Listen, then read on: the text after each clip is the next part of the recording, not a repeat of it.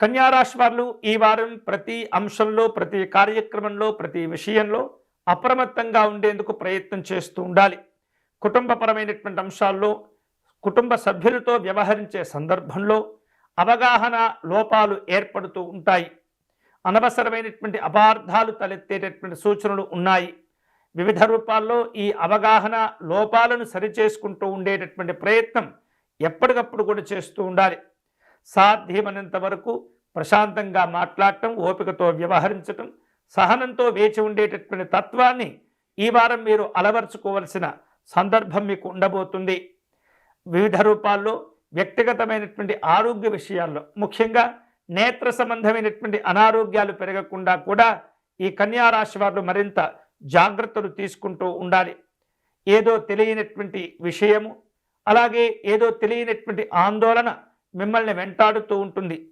ఎవరికీ చెప్పుకోలేనటువంటి కొన్ని వ్యవహారాలు కూడా మిమ్మల్ని ఇబ్బంది పెడుతూ ఉంటాయి.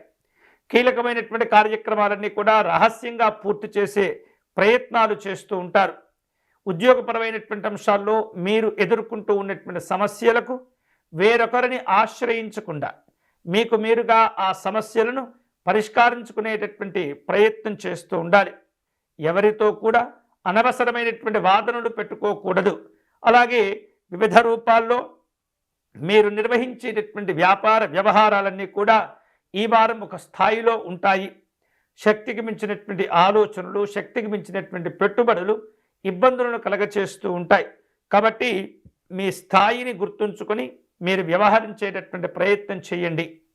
ఆధ్యాత్మిక దైవ చింతన కార్యక్రమాల్లో పాల్గొంటుంటారు. సాంఘిక జనసంక్షేమ సంబంధమైనటువంటి కార్యక్రమాల్లో పాల్గొంటూ ఉంటారు. విద్యార్థులకు మంచి లక్ష్యాలు పెరిగిపోతుంటాయి. లక్ష్యాలను అందుకునేందుకు తీవ్రంగా కష్టపడతారు. సమయాన్ని ఉపయోగించుకుంటారు. అనుకున్నది సాధించుకుంటారు. ఈ వారం మరిన్ని శుభకరమైనటువంటి ఫలితాలు పొందేందుకై సత్యనారాయణ స్వామి వారిని పూజించే ప్రయత్నం చేయాలి.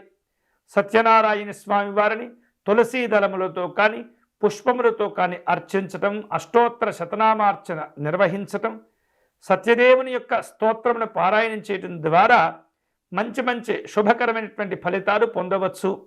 వీలైతే ప్రతినిత్యం ఓం నమో నారాయణాయ నమః అనేటటువంటి నామాన్ని, లేదా ఓం నమో నారాయణాయ అనేటటువంటి నామాన్ని జపం చేసుకుంటూ ఉండటం ద్వారా విశేషమైనటువంటి భగవంతుని యొక్క అనుగ్రహాన్ని పొంది మీ యొక్క కార్యక్రమాల్లో విజయాలు కూడా తోడ్పడుతూ ఉంటాయి.